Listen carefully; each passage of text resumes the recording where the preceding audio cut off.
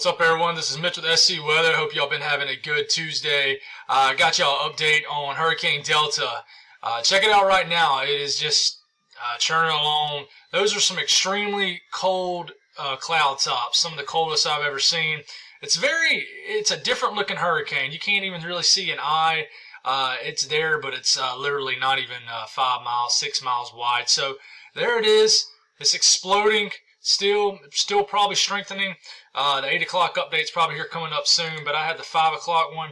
If it does anything, it'll go up maybe 5 miles per hour or stay about the same.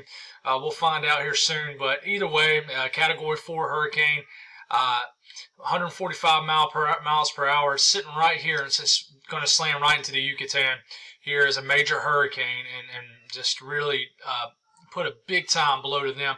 Before we get deep into this video, if you haven't subscribed, I appreciate it if y'all would. Trying to grow this platform and get to 1,000 subscribers, so I would appreciate if y'all do subscribe. It is much appreciated for sure. But hurricane intensity model, hey, we're already at Category 4, so I mean, obviously that's where it's starting off. You got this one crazy model here trying to go, some ridiculous Pacific type typhoon kind of deal here where.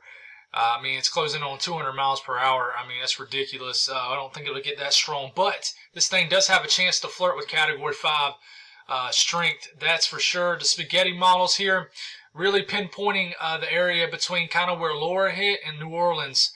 But I tell you what, there's some models wanting to go exactly where Laura went. And that would be devastating for that area for sure. But the spaghetti models are pretty clustered up here. So one thing I want to talk about, and I'm going to be able to show this to you all a lot better here on the hurricane models here. But the wind field of Delta is very tiny right now. So here we are. We're getting into Wednesday. It's Wednesday p.m. We're getting into the Gulf. After it gets off the Yucatan, it begins to re-strengthen here, right in the center of the Gulf of Mexico.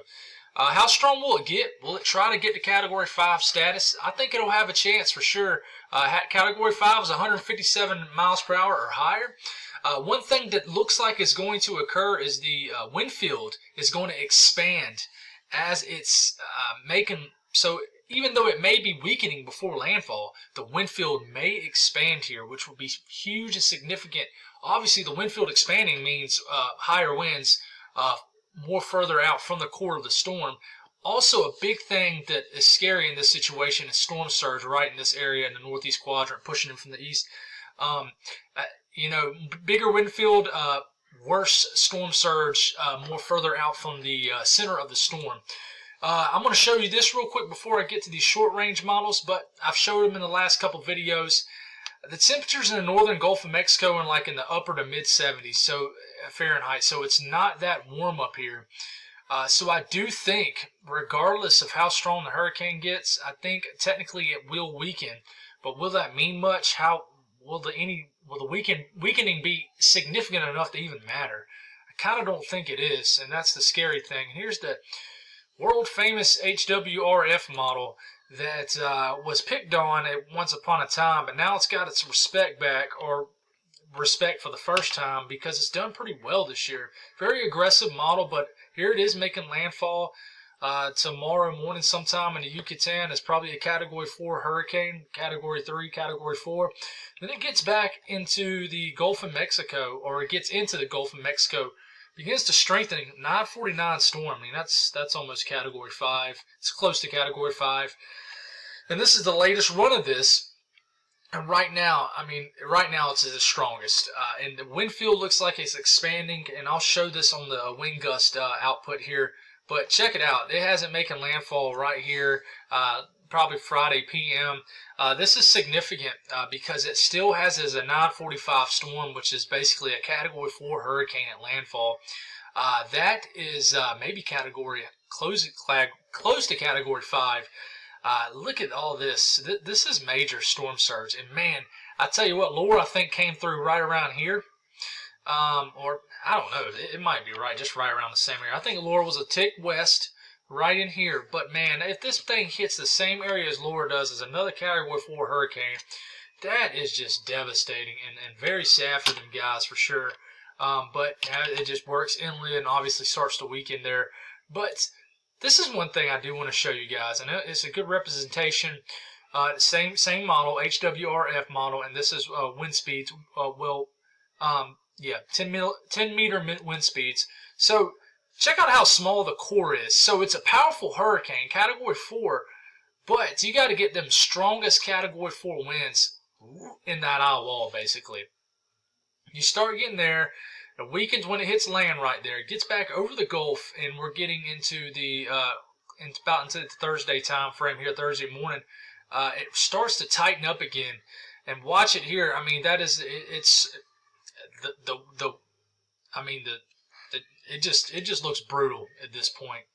The eye wall is all the way around the core.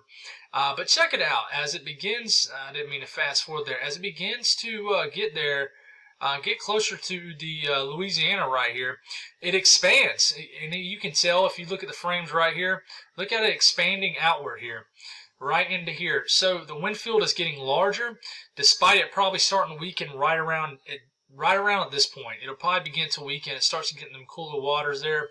But I tell you what, the wind field really expands, and this is a dangerous situation, especially right into this area.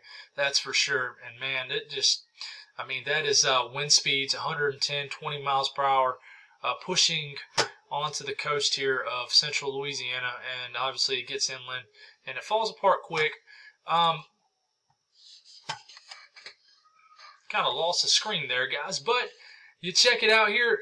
This is a closer up, and I'll flip to the GFS because it's obviously a little less aggressive, but it's a closer up image of the GFS here. And right there, slams into Louisiana. Definitely not as crazy as the model we just looked at, but it gives you a good idea of maybe, hopefully it's what the GFS is showing as far as not being quite as intense. But I tell you what, these things have definitely been stronger as we've gotten closer to landfall than what we probably predicted 24 hours out from a hurricane making landfall. So if anything, these hurricanes have been stronger than what we previously thought before landfall. Almost every single one. Hurricane Isaias, if I said that right, Hurricane Laura did it, Hurricane Sally did it. They all strengthened before landfall. So this might be a little bit of a different situation here. But we're going to see. So, we're looking at this. This is the Euro. I want to show the Euro because, and here's the storm right here, because it's a little bit more further west. It definitely takes that track, more of an angle though, not like a straight forward end. It takes that track that Laura did. And man, this will just be a terrible one. And check it out, the ridging right here. Looks like it might be a little more stout, which is forcing it a little bit more west. But really bad situation developing. It continues to exceed all expectations. And that just seems to be the theme this year, is these hurricanes seem to be getting a lot more stronger than what we may think in the beginning. And, here it is, the satellite as the sun is setting on Delta. I really do think this thing has the potential to hit Category 5 briefly. I don't think it's going to make landfall as a Category 5 hurricane. But we're going to continue to watch this. I'm going to keep y'all updated. And I'm going to have more of a detailed update on the weather, how the weather can be affected here in the Carolinas here in the coming videos. Y'all have a blessed night.